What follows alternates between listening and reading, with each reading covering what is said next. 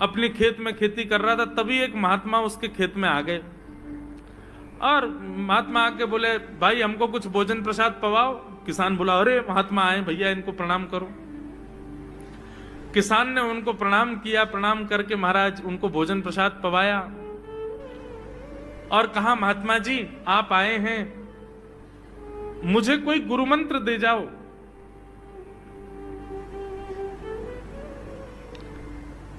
महात्मा जी ने सुंदर गुरु मंत्र दिया, द्वादशाक्षर मंत्र दिया।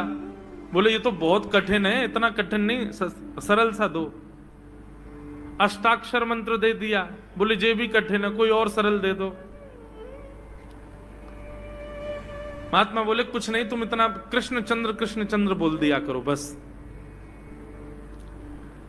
कृष्ण चंद्र बोले, हाँ इसी का नाम, जब यही तुम्हारा गुरु मंत्र है। इतना भोला बेचारा याद करने लगा, उसको याद ही नहीं होवे कृष्ण चंद्र कृष्ण चंद्र कृष्ण चंद्र। अब भूल ना जाऊं इसके लिए बोलता रहता था 24 घंटे, कृष्ण चंद्र कृष्ण चंद्र कृष्ण चंद्र। अपने खेत में हल जोत रहा था, कृष्ण चंद्र बोल रहा था। इतने में उसकी पत्नी आ गई, अरे सुनो तुम्हारे लिए भोजन लाई हूं, जल्दी कर लो। बोले कृष्ण चंद्र कृष्ण चंद्र कृष्ण चंद्र। पत्नी पीछे लग गई, पीछे, भोजन तो कर लो, रोटी तो खा लो, ठंडी हो जाएगी। बोले अरे तू पीछे मत पड़, मैं भूल जाऊंगा, गुरुजी ने मंत्र दिया मुझको। पत्नी बोली, अच्छा एक काम करो, आप भोजन कर आओ, तब तक आपके नाम को मैं रट लेती हूं, मैं उसको संभाल लूंगी, पर जैसे ही आप आओगे फिर आपको सुना दूंगी, आप कर लेना। वो ठीक है। बोले क्या बोलना है? बोले कृष्ण चंद्र। पत्नी बोली ठीक है। अब कृष्ण चंद्र बोलने लगी पत्नी, कभी कहीं जाए कभी कहीं जाए, कुछ करे। वो कृष्ण चंद्र बोलते बोलते घसीटे चंद्र हो गया। लौट करके अपने पति के पास, पति बोल, हाँ वो मैं भोजन कर लिया, जल्दी गुरु मंत्र सुना दे मुझको, क्या था मैं तो भूल गया। बोले घसीटे चंद्र। वो उसी से ही हल जोतने लगा, घसीटे चंद्र घसीटे चंद्र घसीटे चंद्र। आकाश में वैकुंठ में बैठे हुए वैकुंठनाथ भगवान प्रसन्न हो गए और प्रसन्न होकर के बोले, लक्ष्मी जी हम जा रहे हैं। बोले कहां? बोले एक किसान का उद्धार करने जा रहे हैं, उसको वैकुंठ लेके आएंगे। लक्ष्मी जी बोली, आपका अशुद्ध नाम बोल रहा है वो, आपका अशुद्ध नाम उच्चारित कर रहा है वो, और आप कह रहे हो कि इसका कल्याण करूंगा मैं। ठाकुर जी बोले, देखो नाम भाव कुभाव अनख आलसहु, नाम जपत मंगल दिश। नाम कैसे भी जपे कोई दोष नहीं है, बस भाव मेरे प्रति होना चाहिए। वो नाम भले ही गलत जप रहा है, लेकिन उसके हृदय में तो मैं ही हूं ना। और एक बात बताऊं लक्ष्मी जी आपको। बोले क्या? बोले ये घसीटे चंद्र अशुद्ध नहीं है, मेरा नाम है ये भी। बोले क्यों? बोले जब हम छोटे थे तो बाल लीला कर रहे थे ब्रज में, यशोदा मैया खूब नहलाती धुलाती और बढ़िया सुंदर श्रृंगार करती, लेकिन हम पूरे नंद भवन में कुटमुन चल चल के कभी नीचे लुढ़क करके कभी ऊपर गिर के सब माला तोड़ लेते, अस्त व्यस्त वस्त्र कर लेते, घुंघराले केशों की ऐसे भुज्जा बना लेते, ऐसा रूप बना लेते। यशोदा मैया बोली, आओ मेरे खसीटे चंद्र, सुबह कृष्ण चंद्र बना के भेजती हूँ, खसीटा चंद्र बन के आता है शाम को। तो बोले तब यशोदा मैया ने हमारा नाम रखो खसीटे चंद्र, तो इसलिए शुद्ध नाम है। तो ठाकुर जी के बहुत सारे नाम हो गए, कनुआ, गोपाल, गोविंद, माधव, कन्हैया।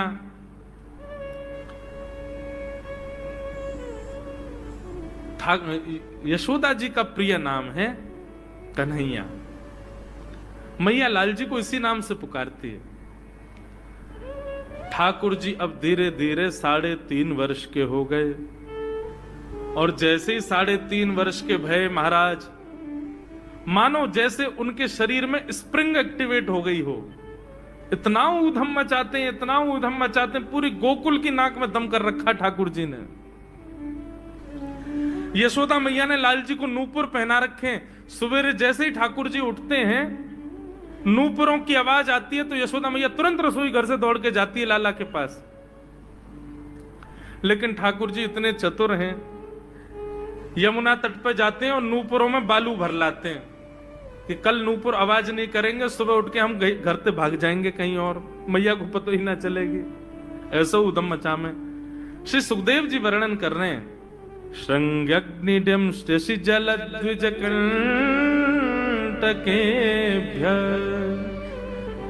क्रीडा परावति चलौ स्वसुतौ निषेद्धुम् गुह्यानि कर्तुमपि यत्र न तज्जनयो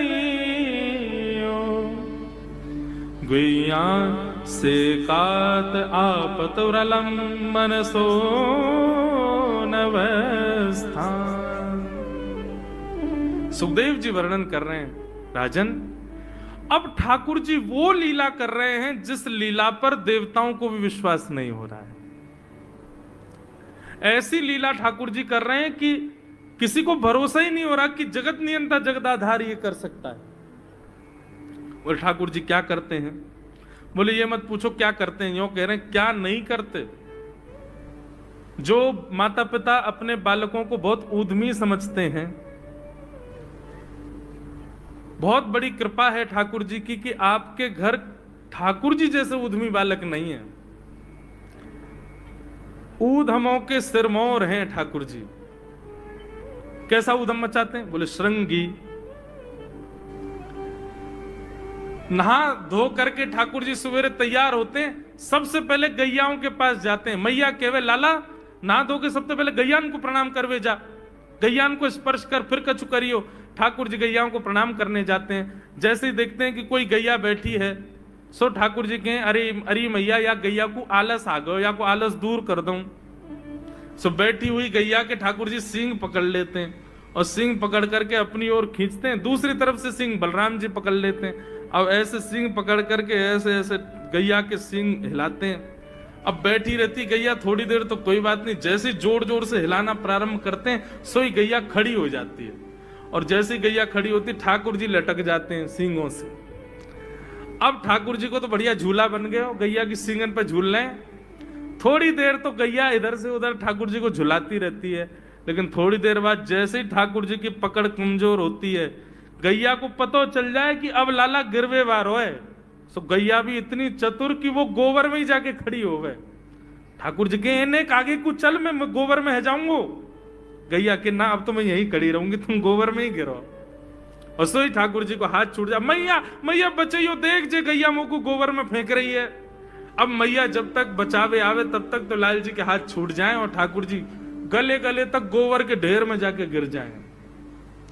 पर यशोदा मैया निकाले, कितनों सजाए लो, कितनों ए लाला तू वैसे ही कारो, ऊपर ते मैं तो को बढ़िया सुंदर बना के रखूं, लेकिन तू घूम फिर गया गोबर में ही आके चौ खेले। मोकू तो लगे तू पूर्व जन्म को सूकर दीख है। ठाकुर जी मंद मंद मुस्कुरा रहे, हाँ मैया जे बड़ा भगवान को अवतार भयो ना, जाने पृथ्वी की रक्षा करी हिरण्याक्ष थे। भैया बोली हाँ वो मैं ही तो हतो, मैं जय जय हूं मैया, वो बड़ा भगवान ही जय जय, वही जय जय तेरे यहाँ लाला बन के आयो है। यशोदा मैया के बातन ने मत बनाए कर, नेक नेक बड़ो है क्यों बोलो सीखो, ऐसी बात बनावे, जय जय बोले अपने आप पे, नावे धोवे है ना है, मोह पहुंचे ना है, मैं जय जय हूं। ऐसी मधुर लीला ठाकुर जी कर रहे हैं। आकाश में 33 कोटि देवता ये लीला देख करके अपने नेत्रों पर विश्वास नहीं कर रहे। ऐसे मधुर ठाकुर जी। श्रृंगी अग्नि व्यंष्टि। एक दिन नंद भवन में गैया ब्याह गई। जैसे ही गैया ब्याई, ठाकुर जी जैसे गैया ब्याती है ठाकुर जी वहीं खड़े हो जाते हैं। और बंधुओं शास्त्रों में आज्ञा है कि गाय जब ब्याह रही हो,